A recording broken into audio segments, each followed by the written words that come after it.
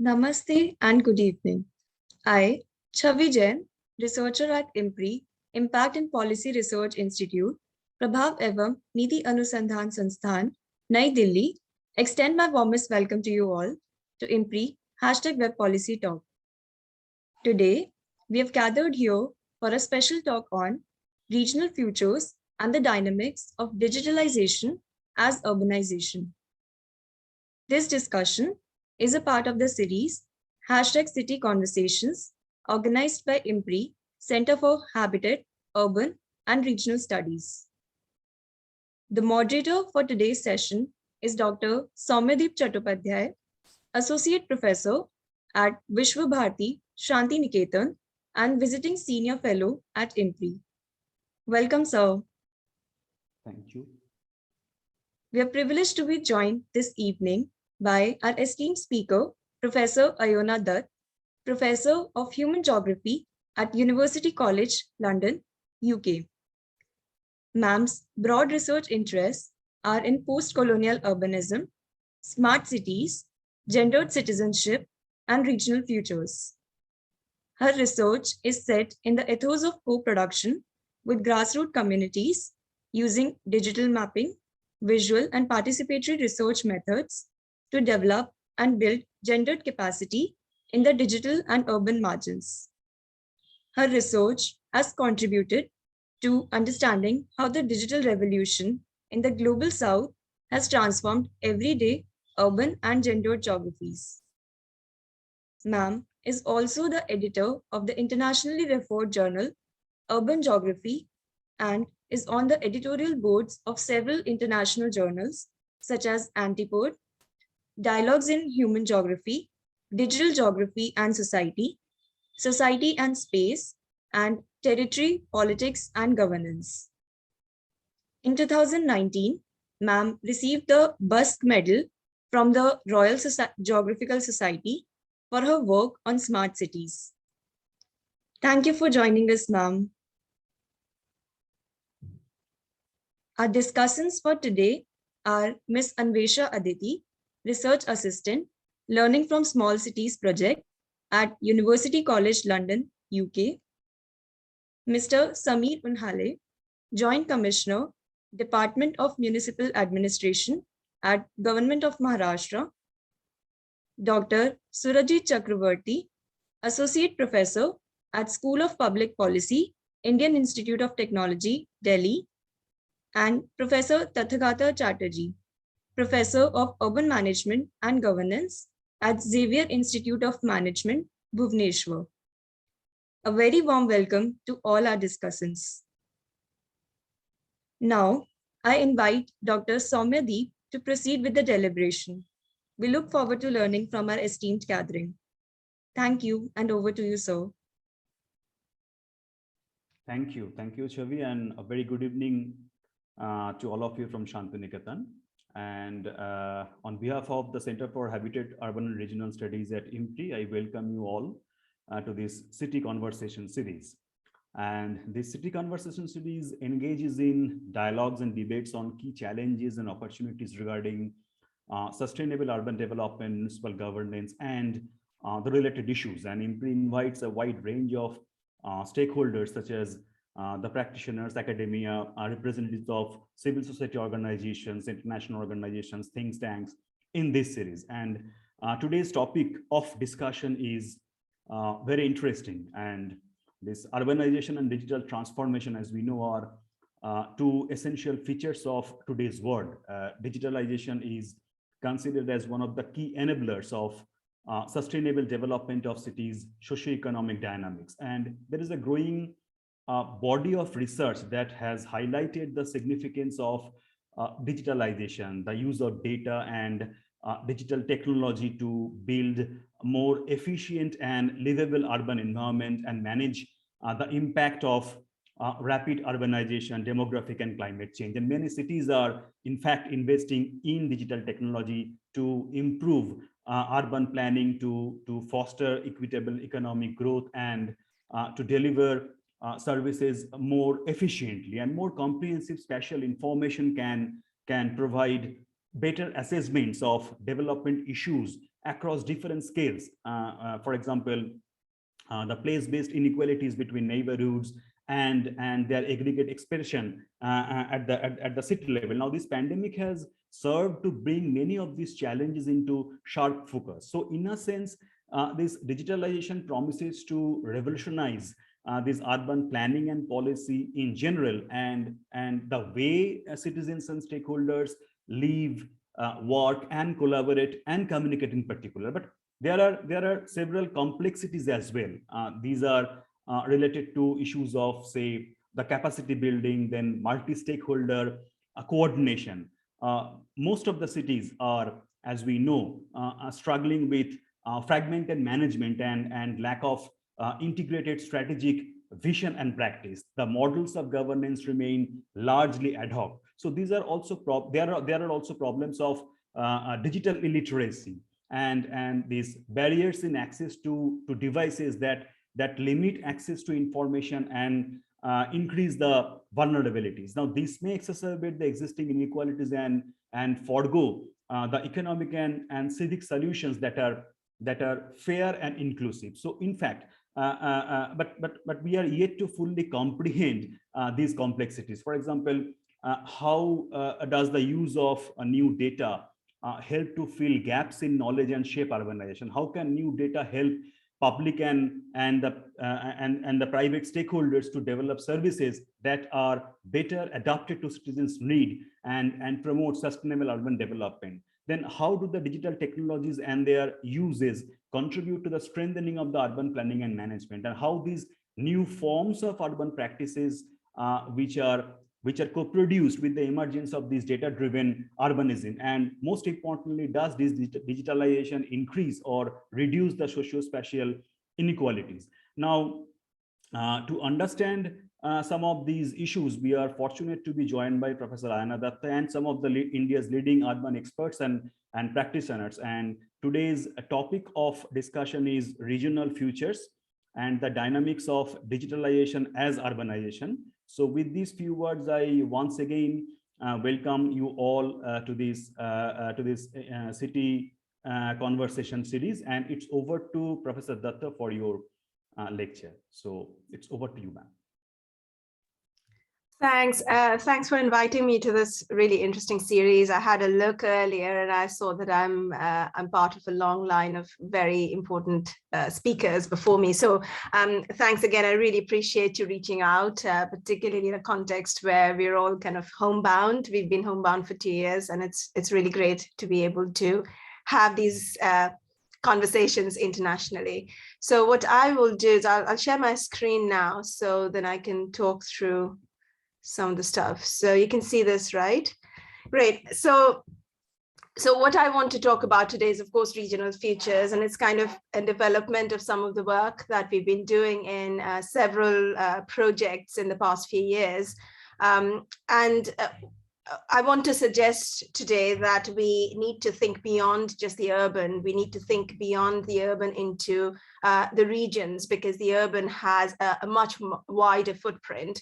And the key argument is that this urbanization or the regional feature that we might imagine, not just in India, but generally across the global South, has to be thought through with a process of digitalization that's been shaping governance and territorialization for a very, very long time, but also much more significantly and intensely for the past decade or so.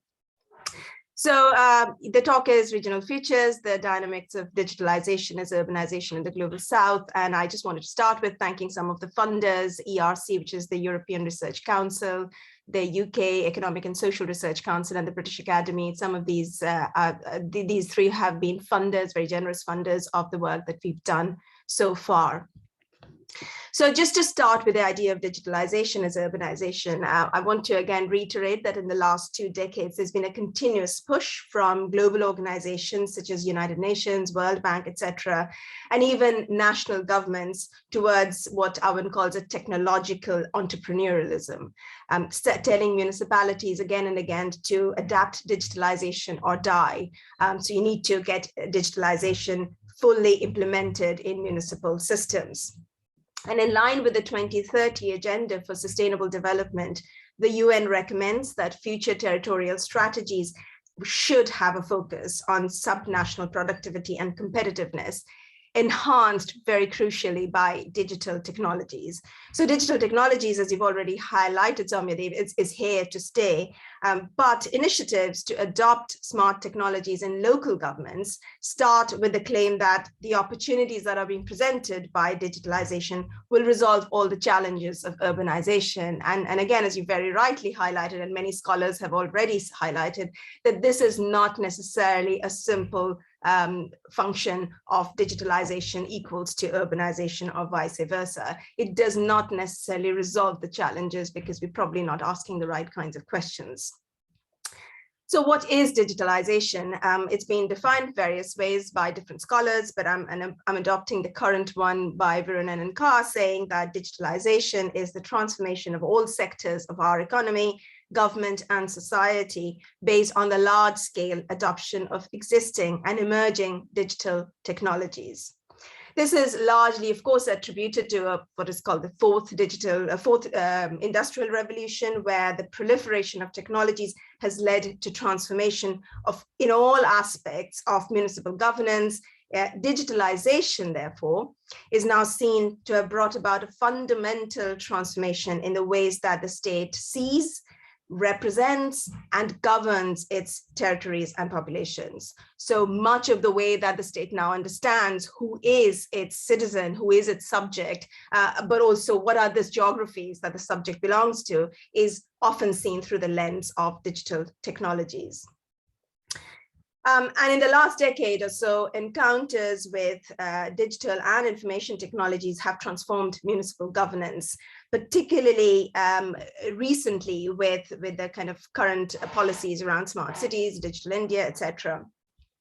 But what I want to also argue that these come at the back of long accumulative histories of information revolution in the global South. But the lack of attention to these kind of dynamics of what is now understood as a digital turn in urbanization, or even in urbanism, but also generally a digital turn in all aspects of society, has really not enabled us to get to grips with what are really the challenges of municipal governance, what are its fault lines, what are also perhaps some of its strengths. But then again, what we have lost out primarily as a result of this is the implications that this has on regional urbanization or metropolitan urban growth. And this, I argue, is a major gap in current urban and regional studies. So my talk today will suggest that we are seeing the emergence of a logics of digitalization as urbanization, that these two processes are appearing very much in tandem with each other, not necessarily parallel and independent, but very much connected to each other. That the transition to automated planning processes in metropolitan regions and its impact on regional urbanization cannot be separately understood. I want to highlight three different aspects. The first is the rescaling of the state within automated governance and planning systems. That is the kind of the crux of how the state has itself transformed with digital technologies.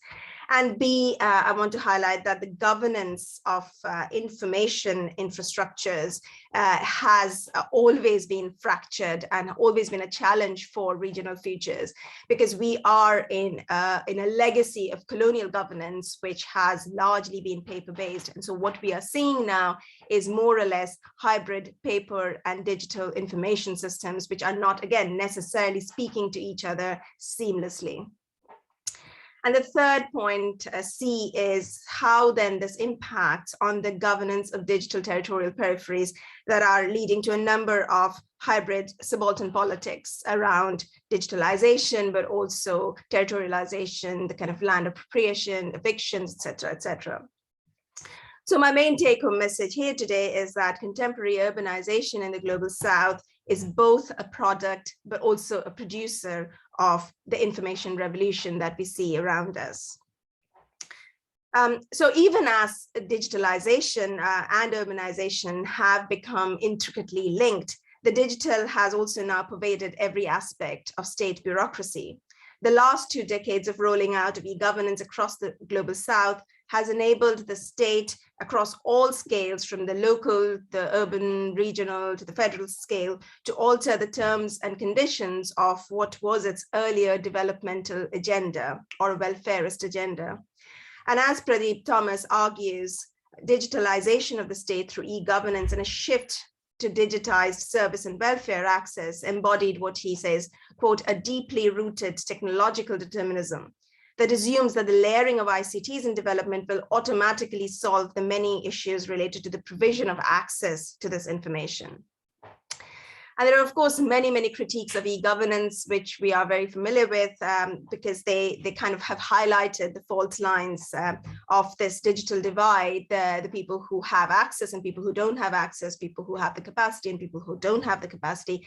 That reinforces existing societal hierarchies that we see currently shaping our sort of subaltern politics. And the development challenges thereby then faced by municipalities are numerous. They are numerous in delivering online citizen services, taxation, revenues, property registers, ID, income taxes, but they have not paid attention to the ways that this actually transforms the nature of urbanization of the region. And there's been a lot of talk about Aadhaar and a lot of talk about various aspects of society, but the links to urbanization is perhaps not as much talked about. In India, particularly, where e-governance was initiated over 2 decades ago, recently 2 national programs, as you all know, Digital India and 100 Smart Cities, which was launched in 2014, gave new directives for geospatialization of metropolitan regions and the growth of greenfield urbanization. Large-scale adoption of digital infrastructures and platforms across state departments was specifically directed towards mapping informal settlements and property ownership, because property ownership increases the tax base as well. So this has led to the emergence of new kinds of state spaces within these municipalities, such as the new ITGIS departments that are evident in particularly in smaller peripheral municipalities, that are created particularly for the purpose of producing detailed geospatial maps of metropolitan regions. And these initiatives thereby have profoundly transformed the dynamics of urbanization by rescaling regional governance to local municipalities, decommissioning paper-based planning processes and diversifying territorial information, and therefore literally automating new kinds of urban futures, particularly in the peripheries of metropolitan regions. So today I wanted to think about this process, not exactly talking in depth about any kind of the work that we've done, but kind of drawing upon all the work that we've done and kind of giving a couple of arguments around this.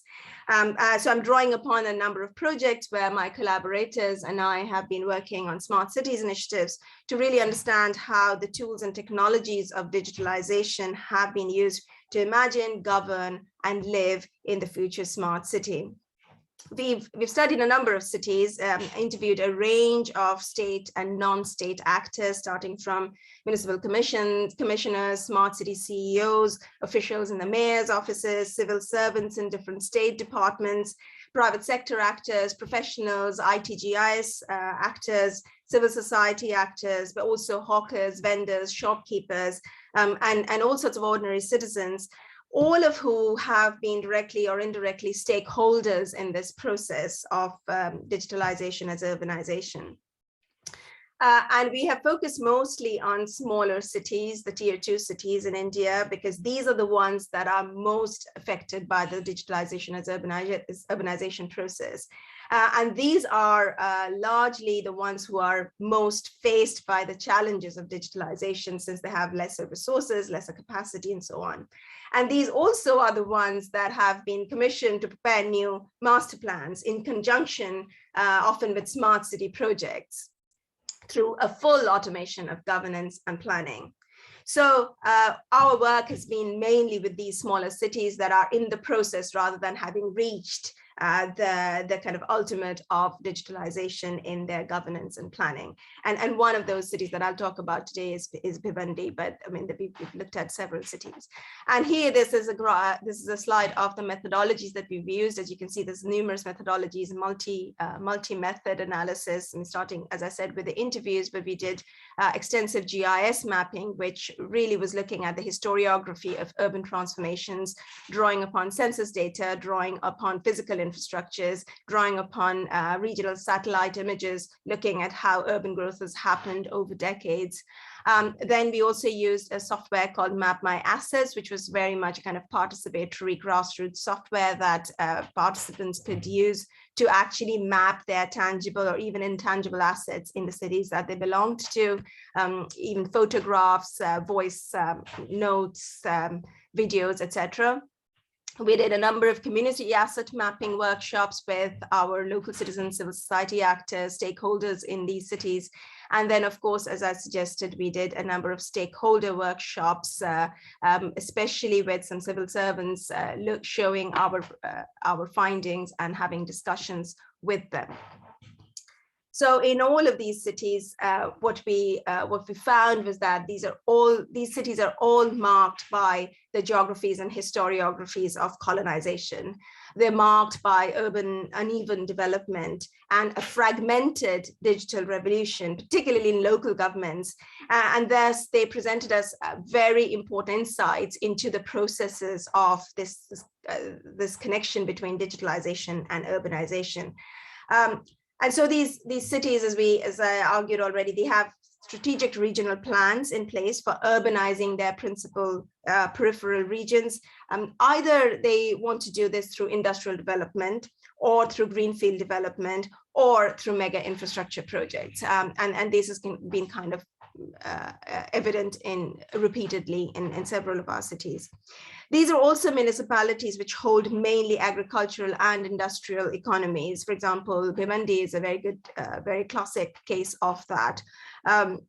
It has a very strong Palum sector that's kind of a really historical legacy, but it's also got peripheral villages that's mainly agricultural based. But Bhiwandi is also the hub of e-commerce in India and perhaps even in South Asia, where all the Amazon and Flipkart e-commerce warehouses have relocated there.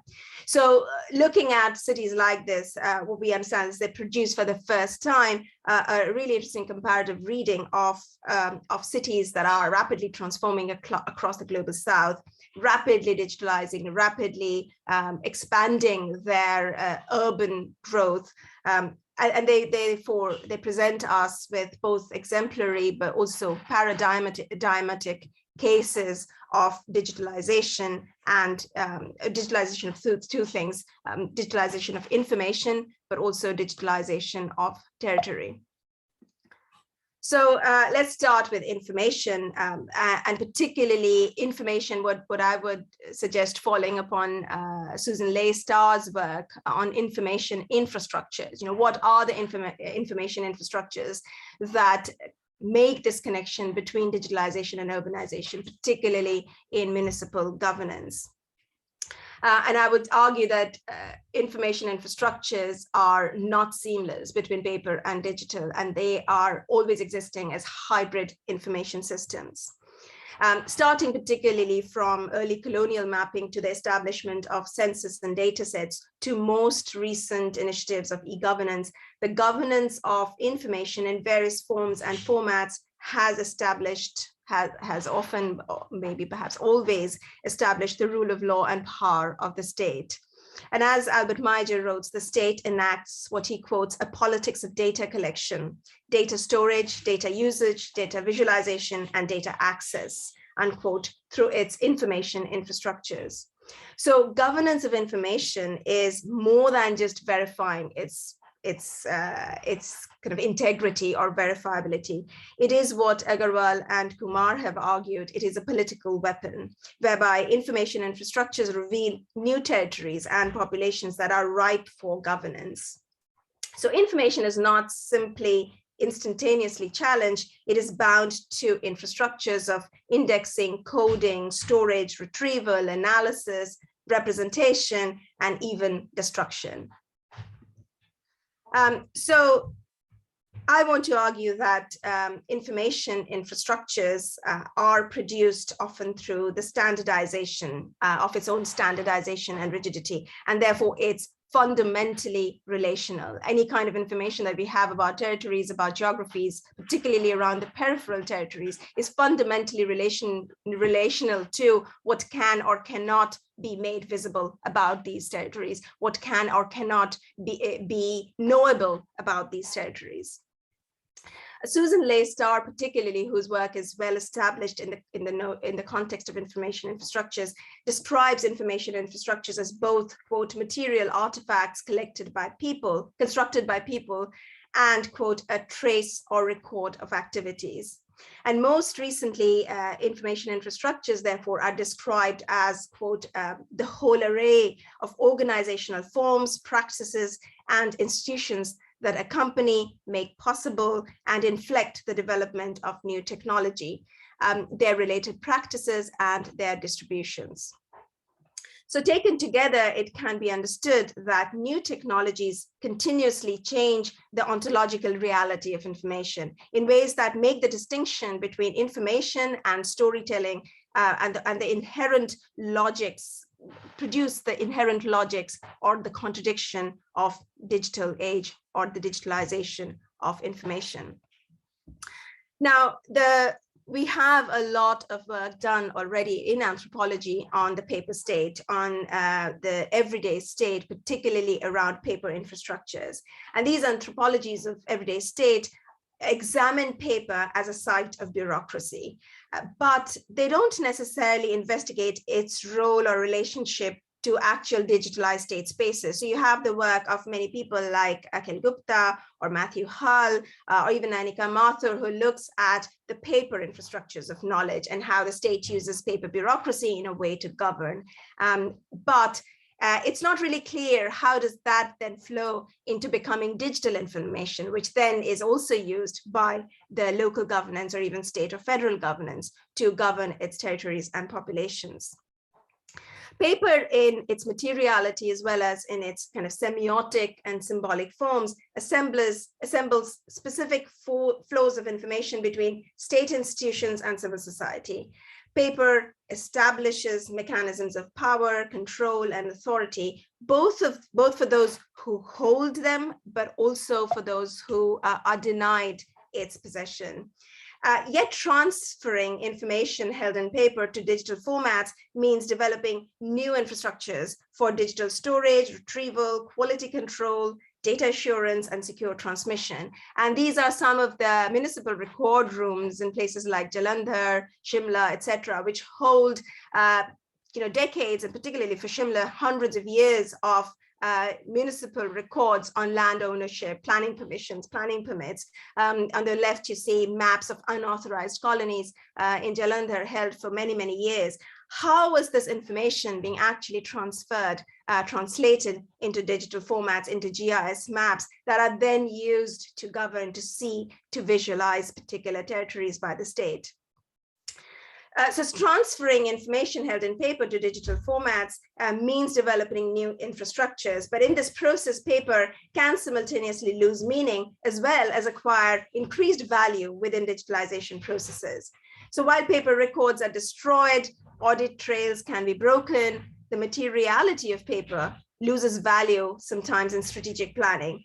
But the information infrastructures of paper remain key to the verifiability of digital information, particularly in information scarce regions. So if you go to the slums or the settlements, paper documentation hold really increased value because those are the documentations that can sometimes prove claims to particular kinds of land, particular kinds of property.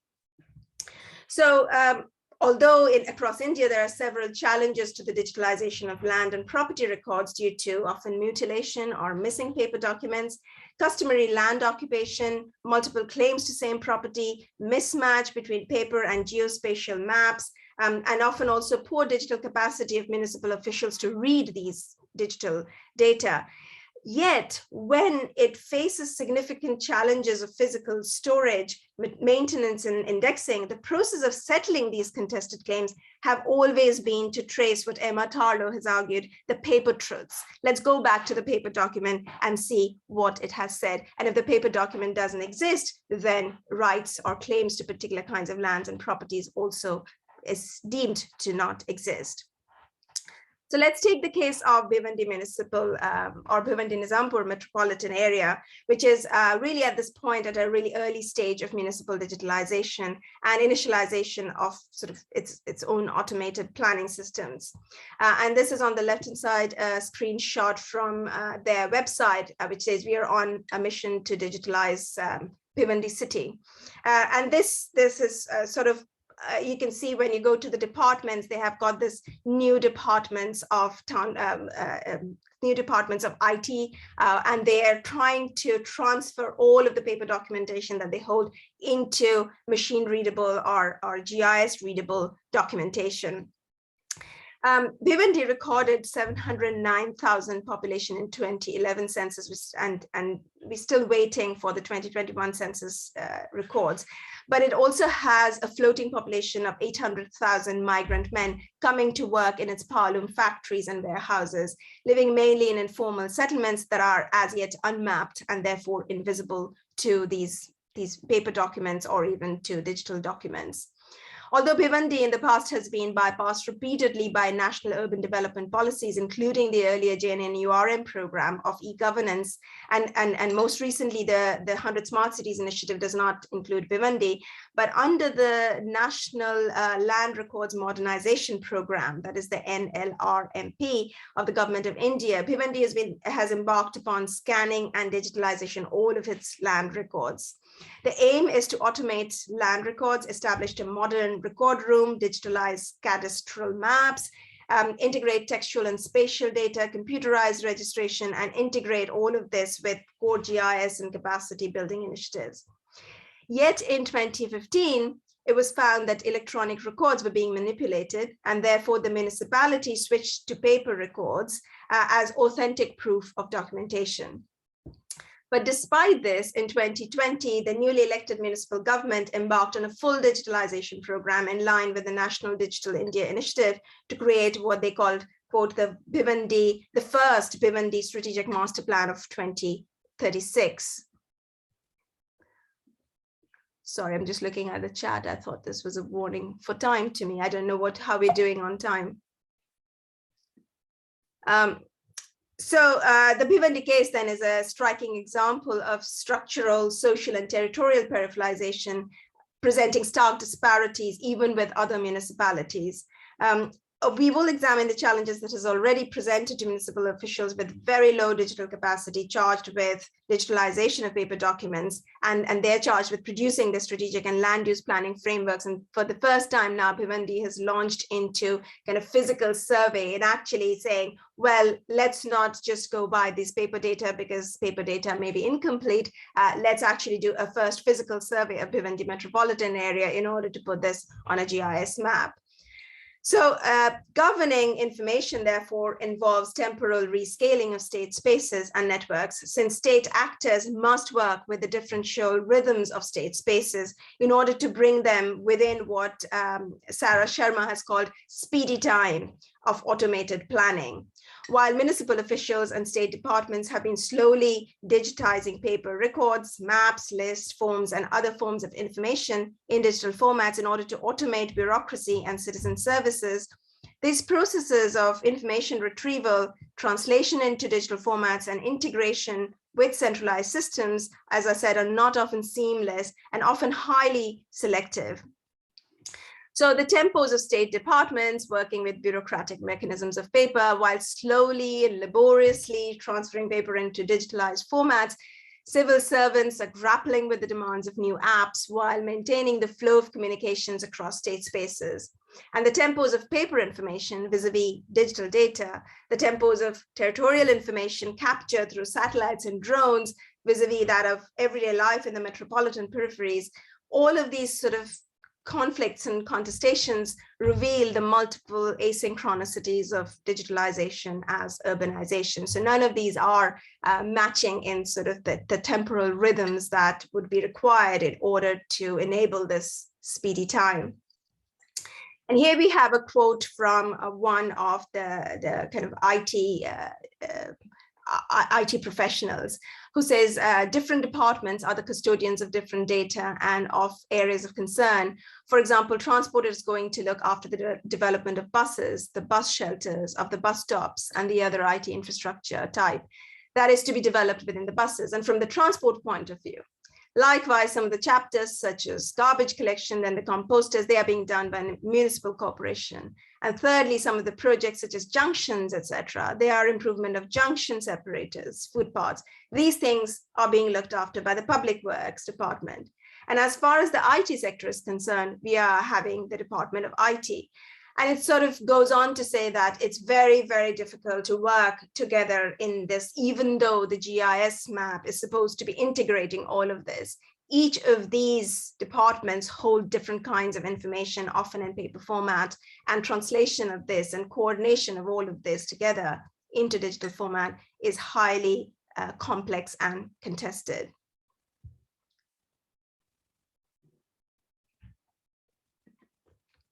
So this takes me to my second point, which is the point of the governing of digital territorial margins. And while the digital margins does not seamlessly overlay on the territorial margins, there is a high degree of correlation between the digital and the territorial. So in the peripheries of metropolitan regions, for example, which constitute also the territorial margins of these metropolitan regions, you see also the digital margins, lack of access to digital technologies, to digital infrastructure, but also to various other kinds of physical infrastructures that we know of. So what and how does the state or the local state govern the digital territorial peripheries in this context of digitalization? And the key mechanism, of course, has been to automate urbanization in its peripheries through land appropriation, rezoning, and recategorization. As Isa Baud argues, digitalization seeks to manage spatial information in order to identify territories that are suitable for expansion and growth.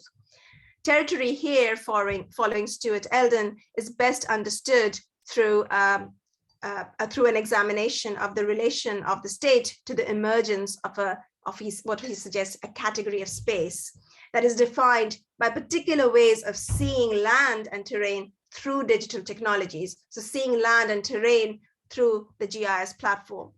For Stuart Eldon, territory is a political technology. It enables a particular technical and legal apparatus of the state that is strategic.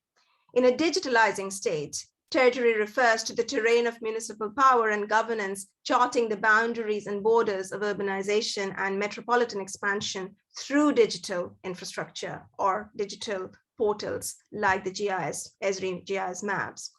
And one of these attempts in opening new territories has been in the digitization of land records, the cadastral maps, and so on.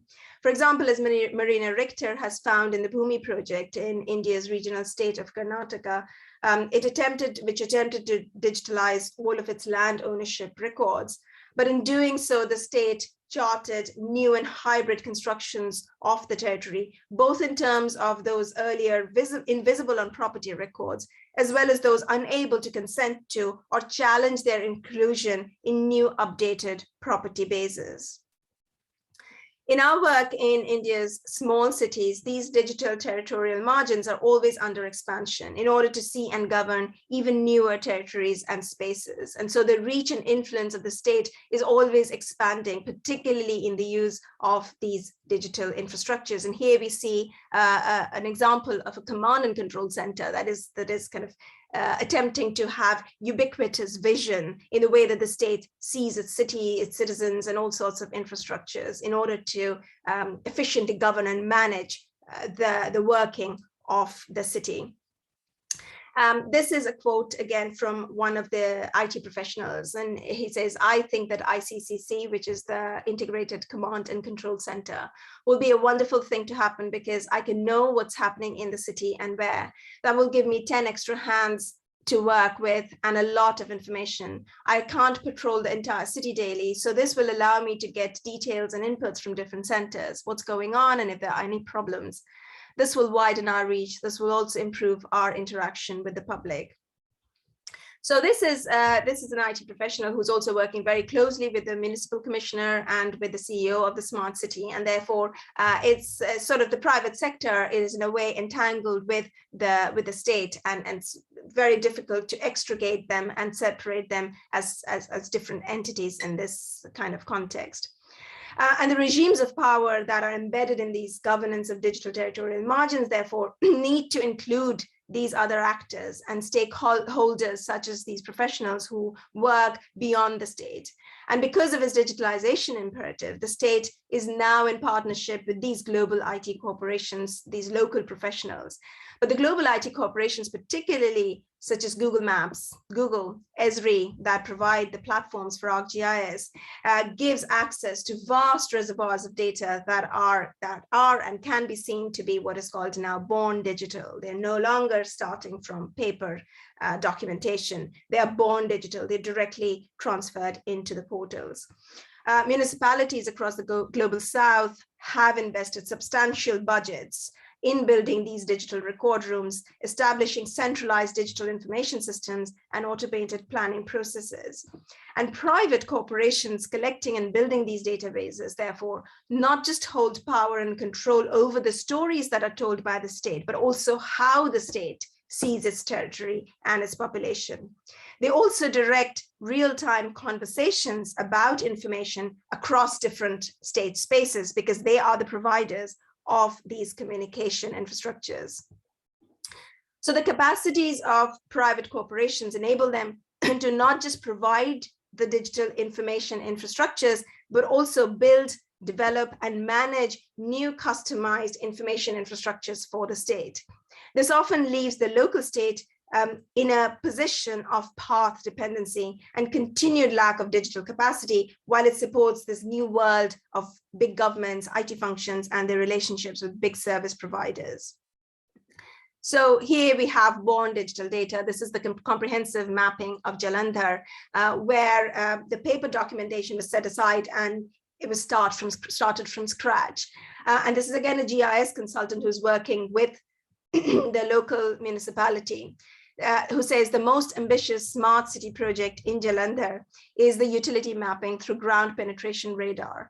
It's a method through which we're able to scan the utilities up to 5 meters underground, depending on the construction material used.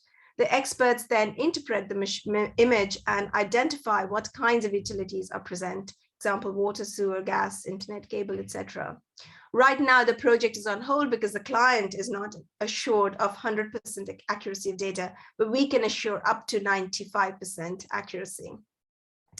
So the digitalization of local government, even when it's born digital, it's still inconsistent, incomplete, and highly contested, and often reinforces what Veena Das and Deborah Poole in their work have called the illegibility of the state. First, because colonial and even post-colonial governments were built largely on paper, or colonial governments were solely built on paper, which was essential for documenting and record keeping of information about its territories. And therefore, paper documents such as letters, memos, notices, logs, lists, gazettes, cadastral maps, etc., they are still ordinary aspects of governing territory in the global south. And more fundamentally, because despite increased automation of governance, the local state cannot bypass what they have as the burden of paper, which still overruns its own bureaucracies. So while the information revolution in local governance has triggered a large-scale decommissioning of paper documents, but as Selin and Harper noted a decade ago, it is unlikely that digitalization will totally replace paper very soon. Rather, the state is continuously engaged in smoothing the tensions between two seemingly asynchronous information infrastructures. one of paper on the one side, which has its files, permits, memos, etc. And the other hand, you have the digital, that is the Wi-Fi, the secure networks, the passwords, the apps, platforms, cloud storage, smartphones, and of course, the command and control rooms. So indeed, paper as material information has become even more salient as historical facts, verifying or obscuring contested information that is born digital. So paper as material infrastructures of documentation can be transformed into spatial knowledge selectively or even in a contested way, because these geospatial maps and dashboards and platforms constitute only a selective way of seeing and knowing and governing. So here we have another one, and this is actually from Delhi's smart city zone, which is the central zone. The IT consultant says, when it comes to physical infrastructure, improvement of road or junction or anything, if you do not empower or if you don't build the capacity in the corporation, then it's impossible. And any external agency is external to them. We don't know what's going on. The municipality know better because they're doing it every day and night. It is an internal thing. We can't suggest this. But as a top-down approach, ICCC will be successful, not the other thing. So not the other kind of smart sewage system or the kind of smaller packages of this digital infrastructures. And so there remains the conundrum and the paradox of digitalization as urbanization, that while digitalization aims to govern territory, fully govern territory by fully knowing, it can never fully know because it is always relational and selective, and it always will have a contested relationship with the legacy of paper. So just to sum up, then finally, today I've examined the emergence of a digitalization and urbanization imperative in India, and more broadly in the global South, through the dynamics of its assemblage across local state spaces and scales, across public and private stakeholders, across paper and digital information infrastructures, and also across a kind of political, technological, and political economic terrain of the state. And I want to argue that digitalization is not just an extension of the developmental state or the neoliberal or even the welfare state. Rather, it's a fundamental reorganization of state spaces, bureaucracies, information, and territories. Digitalization produces a rescaling of the state that is directed towards regional urbanization through automated planning and governance systems. It transforms not just state-citizen relationships, but fundamentally also transforms state-state relationships and political and technological exchanges. So technology is often seen as this kind of neutral, unbiased medium, but technology itself becomes a political tool in order to see and govern and know. So this is what I have called the digitalization and urbanization policies of the local state. Initiatives that are geared towards generating regional urbanization and digitally orientated futures by expanding the jurisdictional territory of the everyday state. Digitalization as urbanization initiatives use the apparatus of governance across two realms, one being information infrastructures and the other being digital territorial peripheries. The former entails a recalibration of the timescape of the local state space between analog forms to governance by files, memos, and paper into the flows of digital data across cloud platforms. And significantly, this recalibration occurs not just across information infrastructures, but also across multiple state spaces. Seeing digitalization, therefore, through the mechanisms of information enables us to develop what Ray Connell has talked about as southern theories of urbanization. But these southern theories of urbanization so far has not looked at its complex relationship with digital infrastructures. And that's really my argument today, that digitalization enables us to direct our attention to the entanglements of governance with digital revolution across all scales of the state that has transformed both the state in the global South and its territorial politics in the metropolitan urban peripheries. And I'll stop here. Thanks. Thank you.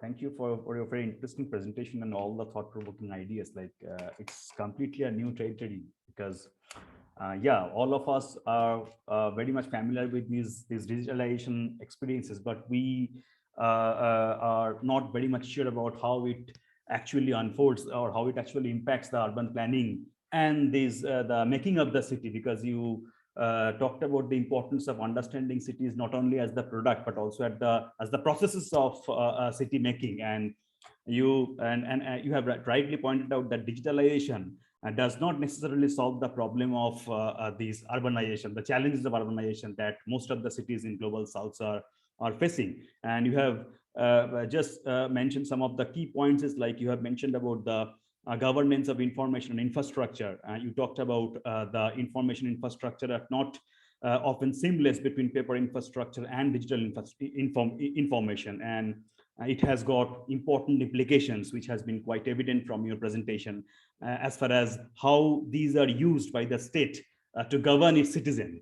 You talked about these examples from Bhiwandi, this is a very interesting example of how the manipulation of e-documents and the fragmented structure of data creeping, which led to some sort of conflicts and contestation of the digitalization as urbanization, and ultimately making the coordination, which is very much essential for city making processes, impossible practically when we are trying to use this digitalization to improve or rather, as I mentioned, like to revolutionize this entire urban planning and policy reform options. And also you talked about the governing issues of these digital territory, governing issues of digital territorial margins. For example, you give some examples of how the state is partnering with different private corporators, giving them access to a huge set of data. And you rightly mentioned that it gives them some important insights on how the state is saying its territory. So that's the very interesting thing, and how it produces, which you have mentioned, the customized infrastructure at the city level, though they do not always match the needs of the citizens. So these are very interesting, important thought, and I'm sure that we have a very important, very distinguished set of panelists who will be throw some more lights into your discussion. So let me start with Professor Tathagata Chatterji. If you so please reflect on Professor Datta's presentation today. It's over to you. Yes. Thank you, Soumyadip. It has been really a very fascinating presentation by Professor Ayona Datta. And let's really, I mean, there had been a huge push towards digitalization in recent decades in India. And I mean, we can trace back the digitalization push on the cities to the JNNURM mission. Which first thought about improving the capacity of the urban local bodies by bringing in e-governance. And in the state of Andhra Pradesh, particularly, there was a major push towards Vizag, turning Vizag city government capacities in providing a whole range of citizen services. After the 2014 elections, I mean, the push towards digitalization has reached kind of, I would say, a new crescendo. So it is seen as a major tool towards nation building, you know, with some sort of a reimagination of new India. So, like, you know, I mean, Prime Minister Nehru's push as dams and power plants as the temples of modern India. So, and the digital technology has somewhat become the nation building equivalent in the present times. The Amrut, the successor project to JNNURM, has again given a big push to the digitalization agenda in the cities by pushing for the GIS maps for the cities. And of course, you know, in the smart cities mission has brought in new capacities through the by putting in place the integrated command and control centers. Now, in this integrated command and control centers, indeed, you know, I mean, became quite useful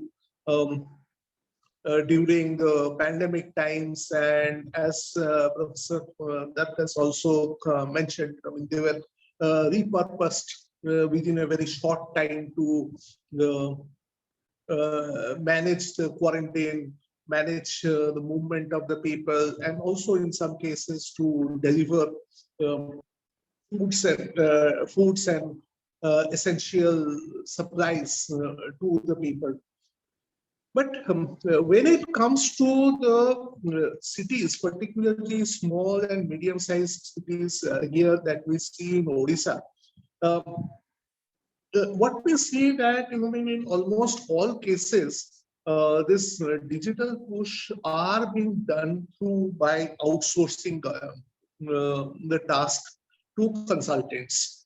And in almost in all urban local bodies, there is a consultant from someone from the consultant's office who is sitting and who is actually in charge of this digitalization work. I mean, the point very rightly mentioned by Professor Dutt.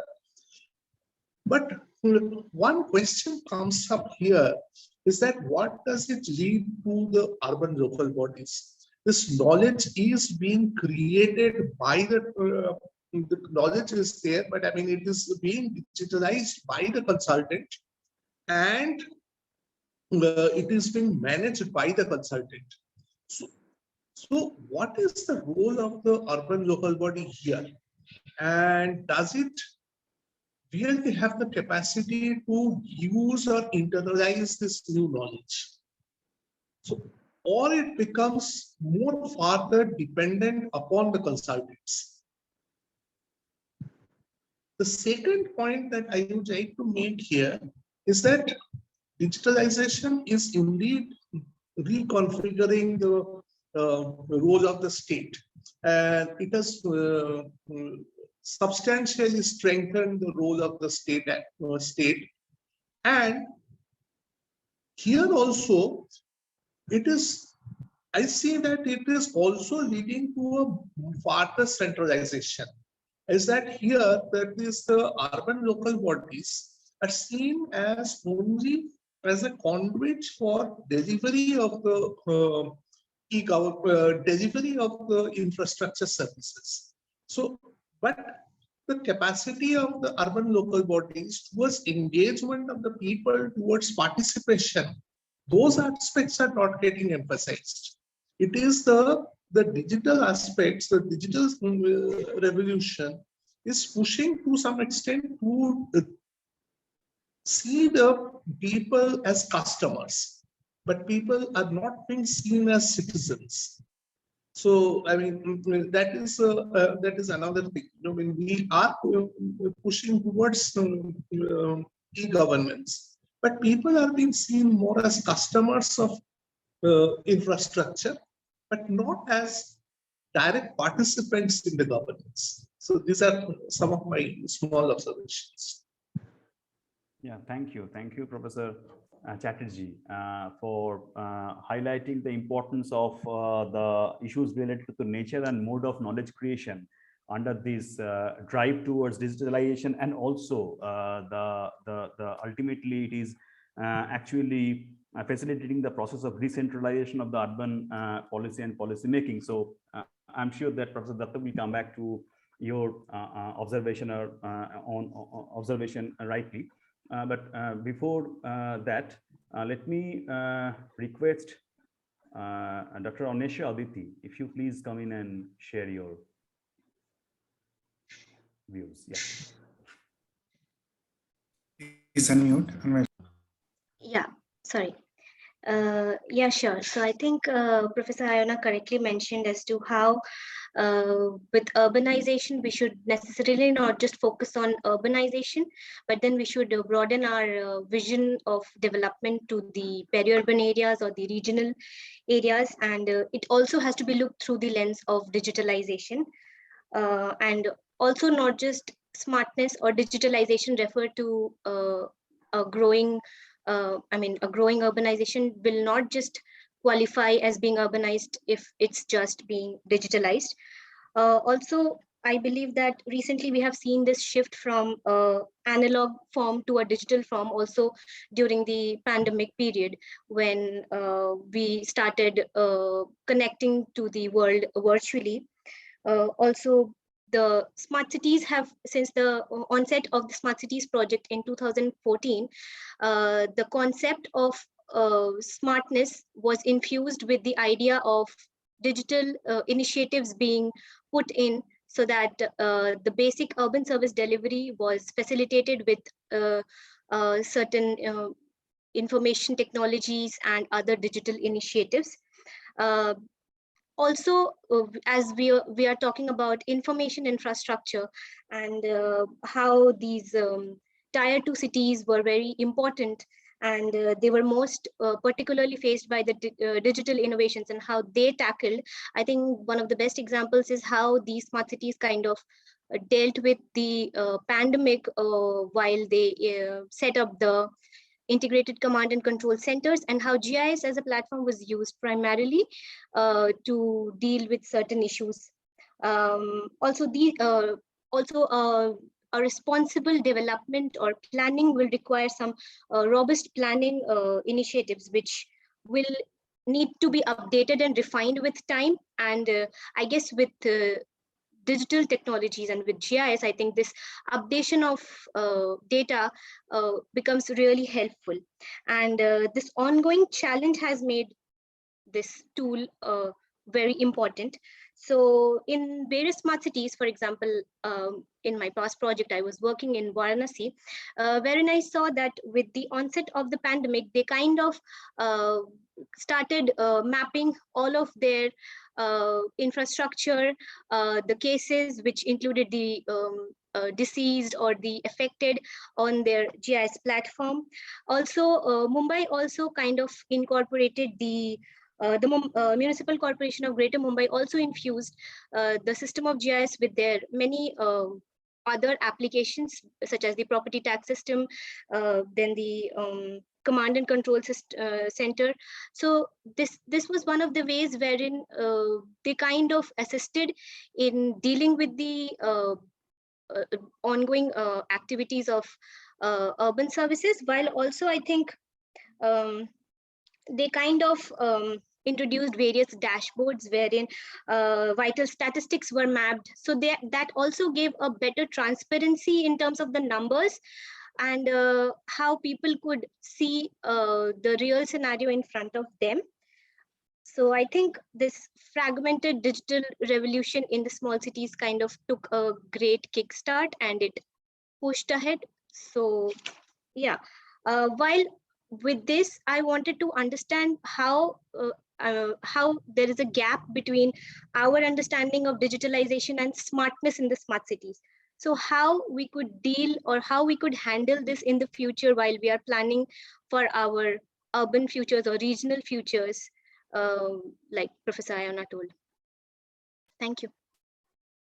Thank you for sharing some positives regarding how this entire thrust towards digitalization can be utilized to strengthen the urban policy making, and how this can be useful when bringing in the much needed transparency in this entire policy framework. So thank you once again for sharing your thoughts. And now let us move, or let us now request, let me request Dr. Surajit Chakravrarty, if you please chip in and share your comments. Please unmute, Dr. Surajit. Thanks. Hi, everyone, and thanks, Professor Datta, for that engaging talk. I have a few reactions, which are, completely unscripted. They're just, the thoughts that I had on hearing what you were saying. The 3 or 4 of them, and I'll just go in the order that they came to me, and I hope it makes sense. I mean, a lot of these are just, unprocessed questions. They're not answers. I don't expect a definitive answer in this forum right here, but it's just something for us all to think about, I suppose. So I agree with you, and I don't think there's anybody here who doesn't regarding this. reification and almost fetishization of technology to the point where technology in itself seems to become the goal rather than the best use to which it can be put. And one of the places where you see that, for example, is with GIS, where a lot of good can come of it, but as Professor Chatterji just said, and as Anwesha also said, the power of GIS is when you start using it for when you start putting data sets into it that reflect the unevenness of social outcomes, of spatial outcomes, and so on, and the maps that those data sets can generate are significantly different in terms of the information they provide decision makers than other maps. And so having GIS in itself is not a guarantee of a just or sustainable outcome.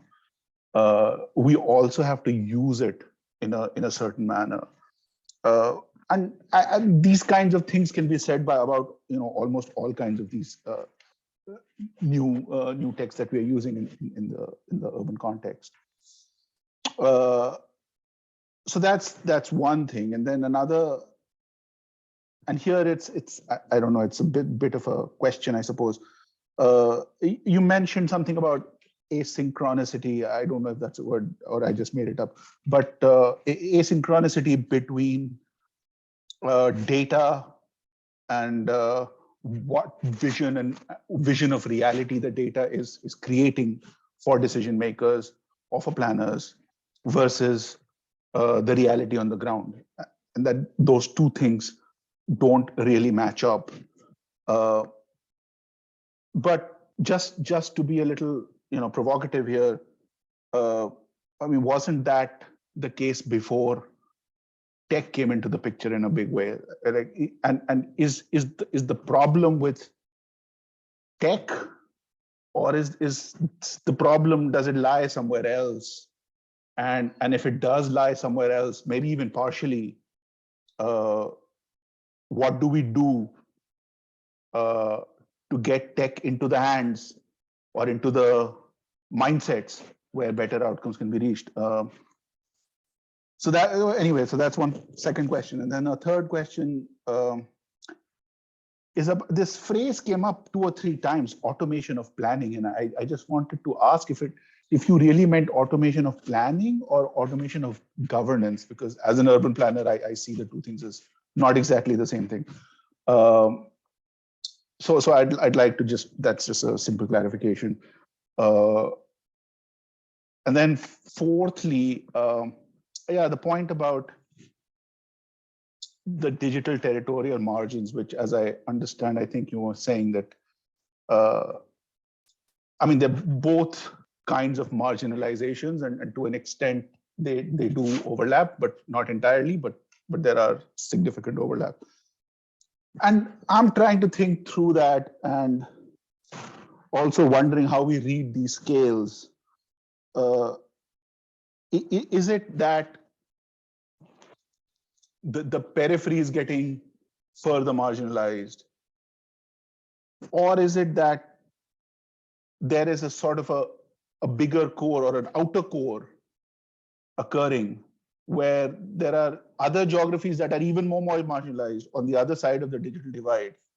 And these peripheries and these small towns are actually, quote unquote, winners in that in the payoffs of this implementation. And I feel like we would gain a lot more by knowing what people on the ground think, the users of, especially in these small towns, which are small towns but at the periphery of big towns rather than further away. Do they feel that they've got something out of it? Because it's really easy to, I mean, I don't mean to but it's there is a lot of critique and valid critique, but isn't anything coming out of it? And if there is, then how do we refocus our attention towards that, and not to undermine the critic, but to learn from it and improve things. That's all I've got. Thank you. Yeah, thank you, Dr. Surajit, for just throwing these three important questions. And now let me move over to Mr. Samir Unhale. If you please share your thoughts. Yeah, and also I request you to share your thoughts within 8 minutes. So please. Yes. Yeah, so thank you, Soumyadip ji. As someone who is working with urban governance and digital aspect of that for 2 decades, probably the journey of 2 decades is spanned in front of me in last hour or so. And I will seek forgiveness, but I thought it to be a bit simplistic cause-effect relations drawn out of the cyclone of activities that really went into urban India and the efforts of e-governance that happened. Because of course it's interesting and also amusing to know all the perspectives of and especially of our academic friends. It gives a very different perspective, and it is extremely important for us to understand the various frameworks that can be used to study what normally is a routine activity that we otherwise do and get entrapped by that. So I personally felt that a smart city is not about digital cities. Smartness is about using all possible resources, all possible ideas, all possible technologies, which may include digital technologies, to make the cities a better place to live. For me, that would be a very simplistic way of understanding smartness. Yes, use of digital technologies is inevitable in these times, but it is not to be equated with digital cities. That was the first really reaction I had.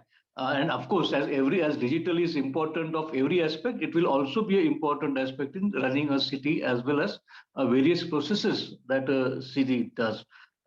Secondly, I sometimes feels that the way things are moving in 2020 or these current times, I think we require some new ontology, some new epistemology to study the rapid changes we are undergoing through, and maybe the conceptual frameworks that we had maybe of 1950 or 1900 may be falling short to explain the entirety of the complex situation that's going through, because things the way things are moving, it might be difficult to explain in what we otherwise call as the Newtonian billiards table universe of one ball hitting to another and then causing it to move. So causality may not be unilinear or monocausal, it will be multiple things happening simultaneously and affecting each other simultaneously, and outcomes then, as the quantum framework says, is essentially a probability. So probably the way things are moving, we might have to be a bit flexible to various aspects of how a city would respond.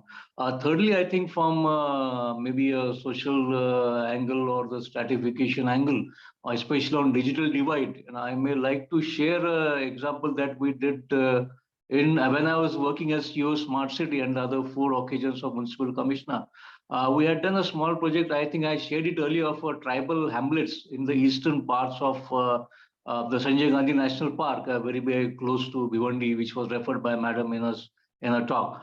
And it was a very simple study done. It was not a academic study per se, but done by my educational department teachers, where we got the data of 600 to 700 tribal families living in tribal hamlets of the Sanjay Gandhi National Park, the eastern rim near Thane. And just we studied the availability of smartphones or simple phones, whether they use it for what is it used for. And I found that the general availability of the technology and its use was as comparable to any other group of people in that part. So I do have my questions when the digital divide is stretched a bit. Of course, it is there, no point denying that. But if stretching it too far, I think would be a bit simplistic interpretation of that. Next, I think maybe the final part at the time, although my 20 decades, 2 decades can't be put into 2 minutes, but still, I would like to share that when we are looking at city, the process of city, what really ultimately matters is the connect of the city and the citizens. And therefore, technology being taken as something of a domineering, talks of digital dictatorship or over centralization or surveillance capitalism, or the other words which normally come up with the talks of digital vis-a-vis cities. I think it has a tremendous potential. It's a great projector and multiplier of human intents, but humanity obviously cannot replace human intents. And whatever human intents are, it would be a force multiplier for that human intent. So instead of blaming the technology, we had to think of probably a new, moral framework of keeping our thoughts, as has been tried for last millennia together, without probably great success. So technology is essentially a force multiplier, and it will be used for what we want it to be used. So that I think was a important part I felt would be always there. And of course, there are many detailing parts, a smaller part, but which can go on for the various technologies which are coming, the use it is being put for, whether the consultants are using it or not. I personally feel that, in the collaborative framework, consultants, and of course, this is more of a bureaucrat's approach that, there is a bit of envy with the consultants, with if maybe sometimes you always find that they tend to be, in control of situation, which I personally disagree with. We have to use all possible resources. It may be consultant, it may be a political person, it may be a social activist, it may be media, it may be RTI complaint, whoever will have to be incorporated into the process of the city development, because we cannot be prejudiced against anyone's views or anyone's abilities to contribute to the city. And technology per se will of course be an important part. Digital technology will also be an important part. Certain illustrations were made of smart city and the command control centers and the dashboards and GIS and remote control walls and robotic sewage cleaning. I think this detailing will of course continue. But if you want to place all these digital or the technical details in a broader framework, I feel that we will have to have a new morality which will compensate for the technological projection of human intents, so that the cities are human, cities remain inclusive, and the challenges of sustainability or other challenges that we might be facing of health, of water, of sanitation, of mobility, of carbon, whatever. I think all these are part of details, and the broader framework would always be to have a morality for technology also. And progressively, I think ultimately inclusion is inevitable. We will ought to have inclusions, and technology will always help inclusion and not the other way around. So, Soumyadip, I think I will stop here with whatever broad reactions I had. Of course, they are, as you say, not very theoretically sound or maybe not properly placed in a framework. But I think it was very interesting to hear Professor Datta. It was very good talk, and I think I learned a lot of ideas while listening to her, and also our other discussions when the points they were raising. So thank you very much. Thank you, Mr. Null. It's always nice to hear from someone like you who have experience of running or managing a city for the last 2 decades or so. Now it's over to Professor Ayona for your responses to the comments which have been discussed by our panelists. And also I'm seeing there are 3 entities in the Q&A box. So, but essentially these are not questions, rather these are comments. So if you may see those comments, and if you want, you may respond. So it's over to you, Professor Ayona. Right. Thank you so much for all your feedback and comments, and really hugely useful because I'm also thinking through this at the same time. But also, I mean, I just wanted to start off saying that I don't disagree with any of the comments. I mean, this is all, obviously my talk is condensed in half an hour, and there's a huge amount of stuff that I'm drawing on and sort of making it concise and summarizing it. So in a sense, I don't disagree with anyone, but perhaps I can take the next 5 minutes, 5-10 minutes or so to just kind of elaborate on some of the comments made. So first of all, Tathagata Chatterji, thank you so much for your observations, and I really appreciate some of the questions you pose, some of the observations you pose, because those are things that we are thinking of right now in all of the cities that we've been looking at. And Anwesha is here today, and Anwesha and I have been working in two of our projects on these smaller cities.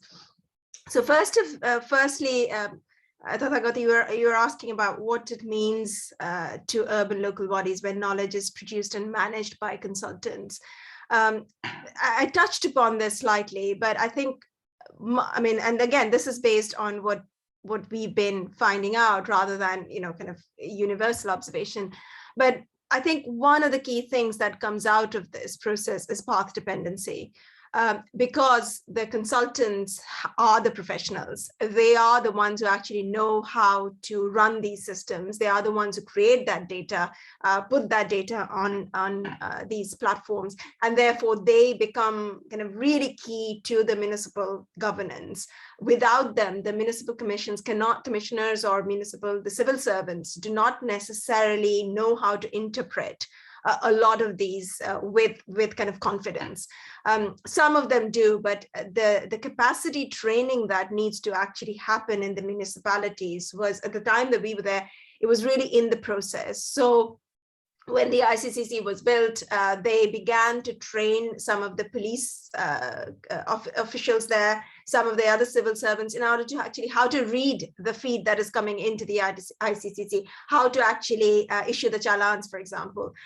So those kinds of things, they are a longer process, much longer process than actually fitting out something and then just going away. So the consultants remain involved in the process. And actually, what happens is by the time it is installed, many of these technologies become obscure. So in one case, we were told that they bought all of these CCTV cameras, but by the time they managed to get all the approvals, and I haven't even yet gone into the governance of how these approvals happen.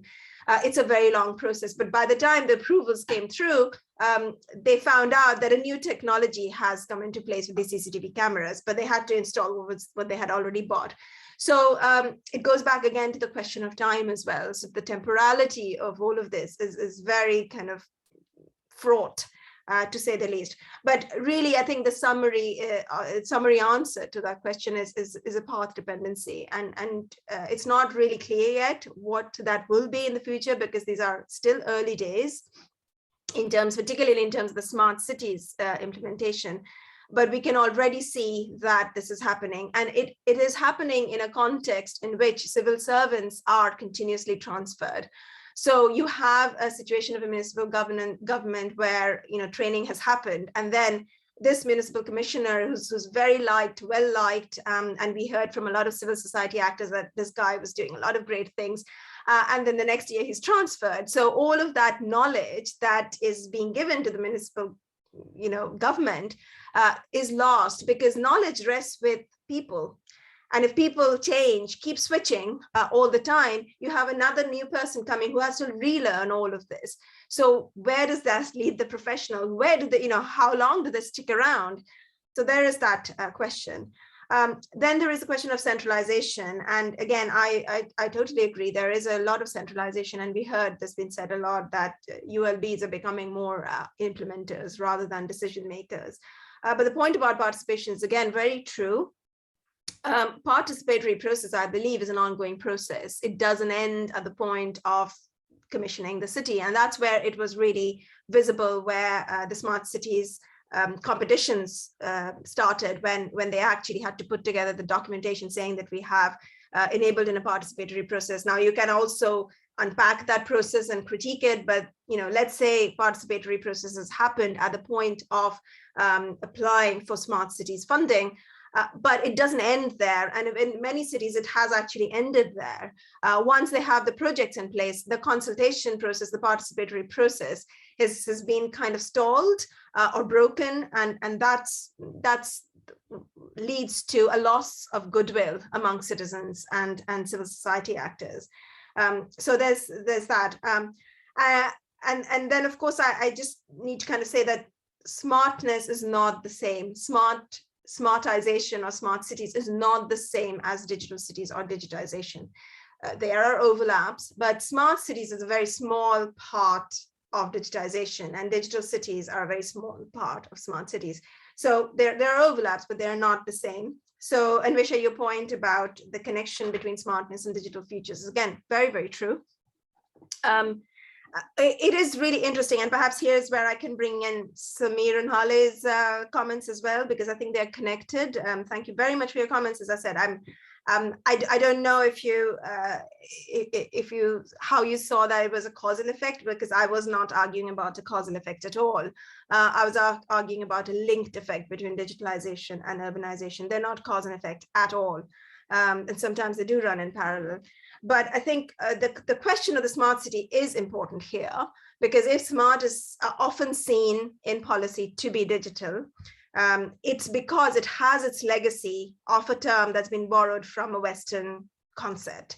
The IBM smart cities, which came about, was about ubiquitous digitalization and governance and efficiency and management through digital platforms and infrastructures. And that's where also the ICCC concept came through. When it hits India, it becomes a localized concept, and rightfully so. And so the guidelines say that every city has its choice to decide how it will become smart. And so the digital aspect of it becomes smaller and smaller and smaller and smaller. And in fact, even after the projects are commissioned, you see in some cases the digitalization is removed altogether. But it doesn't take away from the fact that smart cities is a concept that has come from the West in this case. It's not a locally bred concept, although it's been translated locally. And therefore, the digital nature of it is there always. It has always been there, even in the competition.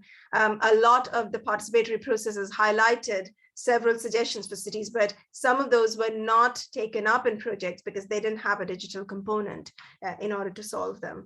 So that's where I think we do need to think about digital when we think about smart, but not necessarily as a cause and effect, or necessarily as one or the same. They are separate processes, because digitalization of governance is a whole new process than making a digital city or a smart city.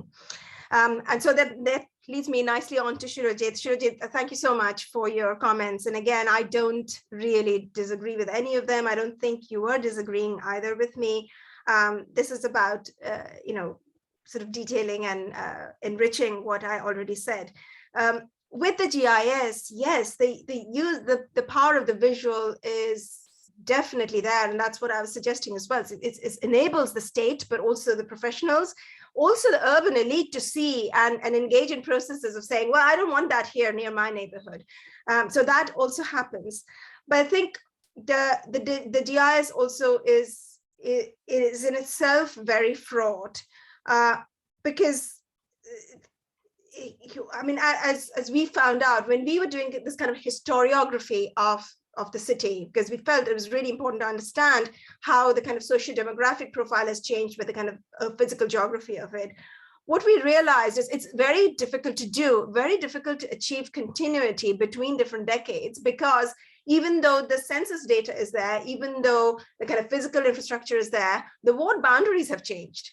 And when the ward boundaries change, you cannot say that things have changed, because the boundaries, the geography itself changed. The kind of ontological reality of the geography has changed. So the data sets that it generates then creates a lot of tension with the histories of the data that was there before, because you can say, well, look, we've done a born digital data, we've done like this laser surveys, etc. And this is the truth, because all of that has happened before cannot be verified, because everything has changed over the years. And it becomes then a way of negotiating of the kind of what is the truth. And if that is the truth, then this is how we need to address it. So that politics of information infrastructures becomes even more fraught when there isn't consistency in the geographies of the city itself over very many decades. And then therefore digital can occupy that space, which then makes it really, really legitimate. So yeah, in a sense, it's not new, but it also, what it does is it creates the kind of intensity and the politics of legitimacy. It makes it much more complicated when the kind of GIS data comes in. And the asynchronicity, yes, again, the asynchronicity between data and reality has always been there. If you see colonial maps, colonial railways, colonial, ways of mapping and knowledge as power, you see there are things left out, you see there are things there. You see earlier maps where slums were, just kind of empty space. Yes, that's there. But I think it's not necessarily a problem with tech, but at the same time, going back to what I said before, the sense that mapping with digital will make it really fast is what makes it even more asynchronous. So, and that leads also to your point about the automation of planning. Yes, there is this question, and I think the question of bringing in digital was highly valorized because digital would make planning faster, more seamless, more transparent, less corrupt, all of that. So the notion of speed is inherently embedded in the notion of digital infrastructure. And that's where I think the asynchronicity becomes even more pronounced when you see the advent of digital systems and digital platforms. So the idea of automated planning was that it would give speedy approvals within 5 days, because you're doing everything online. And so it's transparent, people can see that no corruption has happened, et cetera, et cetera. But of course, it doesn't always work like that, as we all know. And then finally, the point about digital territorial margins, whether this is peripheral marginalization, whether there's an outer core. And this is an idea that we're still developing, looking at the digitization of peripheries, regional features. And I think so far as we've got, I would argue it's a kind of nested periphery. I think we need to think about peripheries as nested. So you have the periphery within the city, which are the slums, informal settlements. They are a periphery within the core. They're also digital peripheries within the core, because you may not have access to mobile network, even though you might have a mobile phone. You may not know how to use these apps, even though you have the app installed, etc. But you may also have the urban periphery where the infrastructure hasn't reached yet. But let's say again, let's take the example of Bhiwandi. Bhiwandi is a really good case of that nested periphery. Bhiwandi has been bypassed for a very long time by the MMRDA regional development plan. All the other cities get investment, Bhiwandi doesn't, it loses out, it has these power loom sectors. But what we're seeing now is a periphery of this periphery. So Bhiwandi has remained peripheral to the MMRDA region, but Bhiwandi has its own periphery of this agricultural hinterland that actually is gaining. And again, you asked this question, are there winners? I don't know, whether I want to see it as a binary of winners and losers, but these village panchayats around Bhiwandi are gaining because these are where the e-commerce warehouses are going, because it's easier for them to get permission to get there into the villages than actually putting themselves in the Bhiwandi metropolitan area. And so the panchayats have gained a lot by giving their land away. But who have not gained is the agricultural community, because their land's been taken away, or they have sold it for really low quality, low grade, precarious service sector work in these e-warehouses.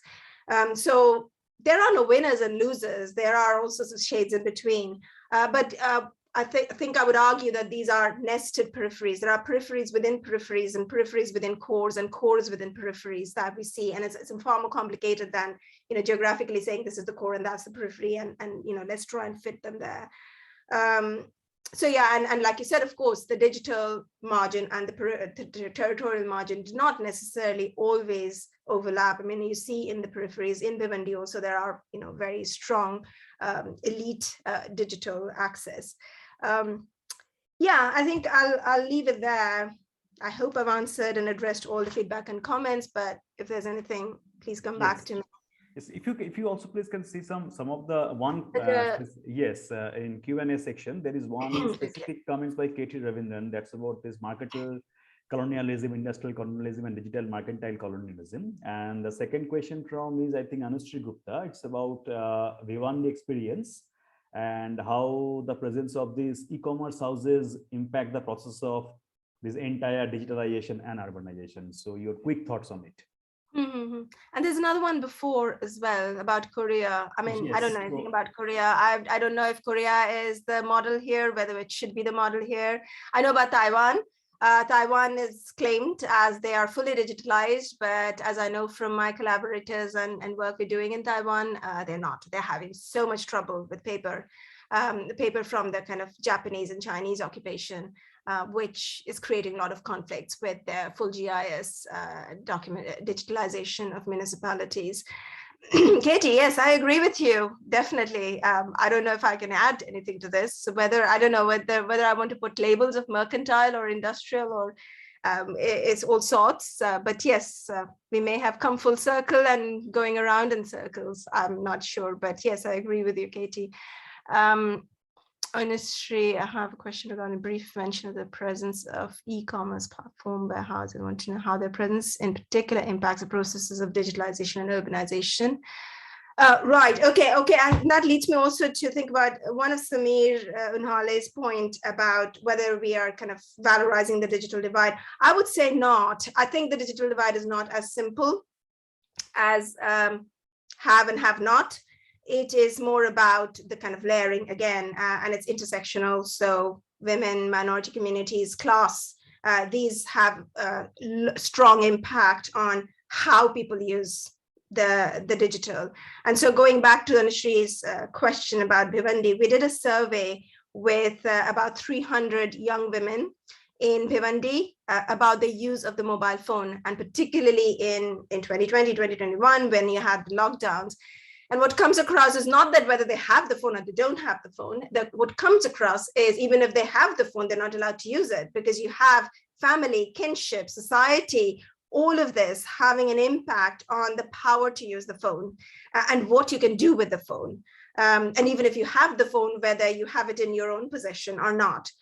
So the digital divide is kind of really complex. It's not just whether you have a phone and whether you can use it or not. It's how you use the phone that determines your relationship then with the state or with the platform or with the global corporations. And in the context of Bhiwandi, that's related to Anushrie's question about the e-commerce platforms. So a lot of the young women that we surveyed do not want to work in these e-commerce platforms because of kind of the way the society is structured. It's kind of seen as not good work. So they really want to get work in other kinds of service sector. The e-commerce platforms, the e-commerce warehouses particularly, employ migrants. And this is the floating population who are not counted in the census. And the migrant workers who used to be initially men who used to come and work in the power looms have now realized that the e-commerce warehouses actually are very positive towards employing women. So now they're bringing the wives and daughters and sisters, etc., from their villages in Bihar and Orissa, etc., to work in these e-commerce warehouses. So you have a really high floating population supporting the economy of Bhiwandi with the power looms, and actually the economy of e-commerce in India in these warehouses.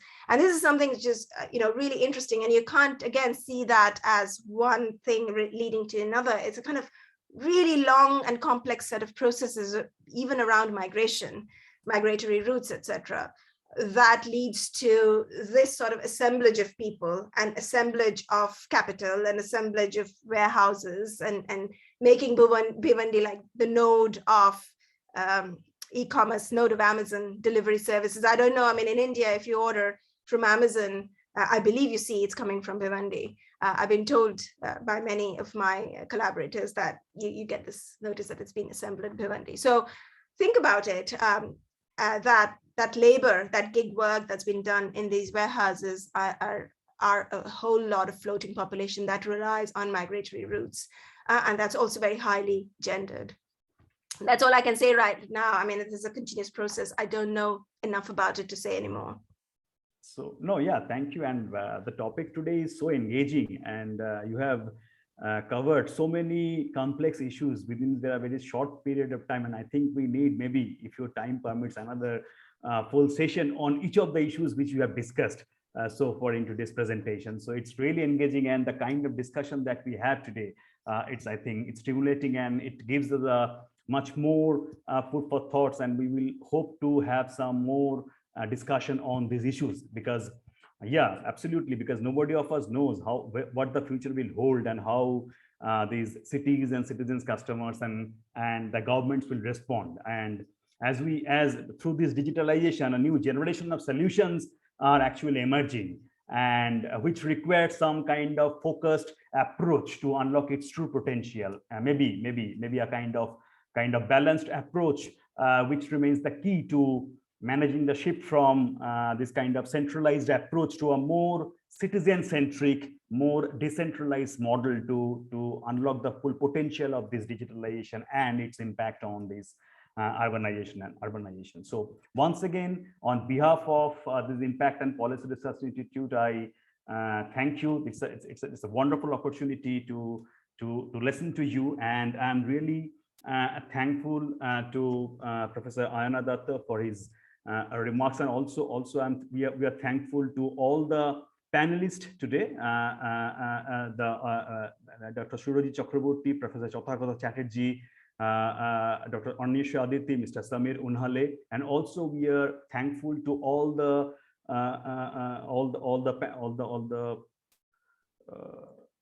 thankful to all the attendees who are listening to us, and I'm seeing many of them.